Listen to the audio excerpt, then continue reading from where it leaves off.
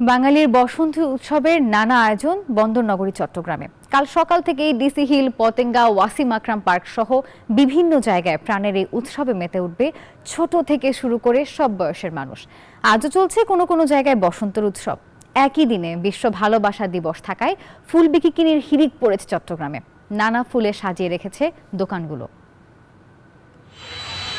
মাঘের জড়তা ভেঙে প্রকৃতিতে গুঞ্জন উঠেছে বসন্তের আগমনী বার্তার সাথে সাথে কাল পালিত হবে বিশ্ব ভালোবাসা দিবসও।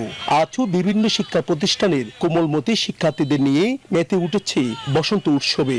স্কুলে যখন বাচ্চারা এভাবে করে সেজে আসে, সেটা আমরা গার্ডিয়ান হিসেবে আমরাও সেদিন একটু উৎসব করতে পারি।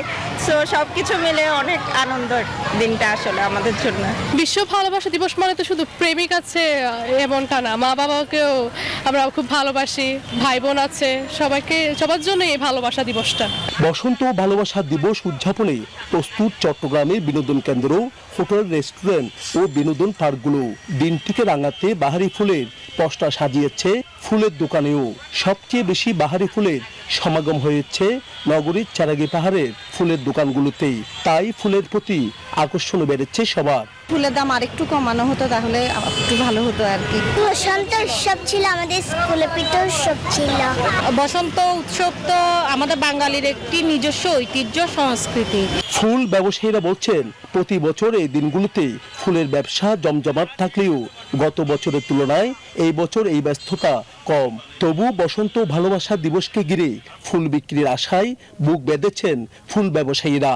এই সময় বাইরে আপনারা দাঁড়ানোর সুযোগ থাকে না, এত বেশি মানুষ থাকে আজকের দিনে। ওটা আজকে আপনারা দেখতে পাচ্ছেন এখনো পর্যন্ত ওইভাবে কোনো কাস্টমার দেখা যাচ্ছে না। তবে 14 ফেব্রুয়ারি শবে বরাত থাকায় সকাল থেকেই দুপুর 12টার মধ্যে বসন্ত উৎসবের আয়োজন শেষ করার নির্দেশ প্রশাসনের। নয়ন বড়ুয়া, জয়, নিউজ 24, চট্টগ্রাম।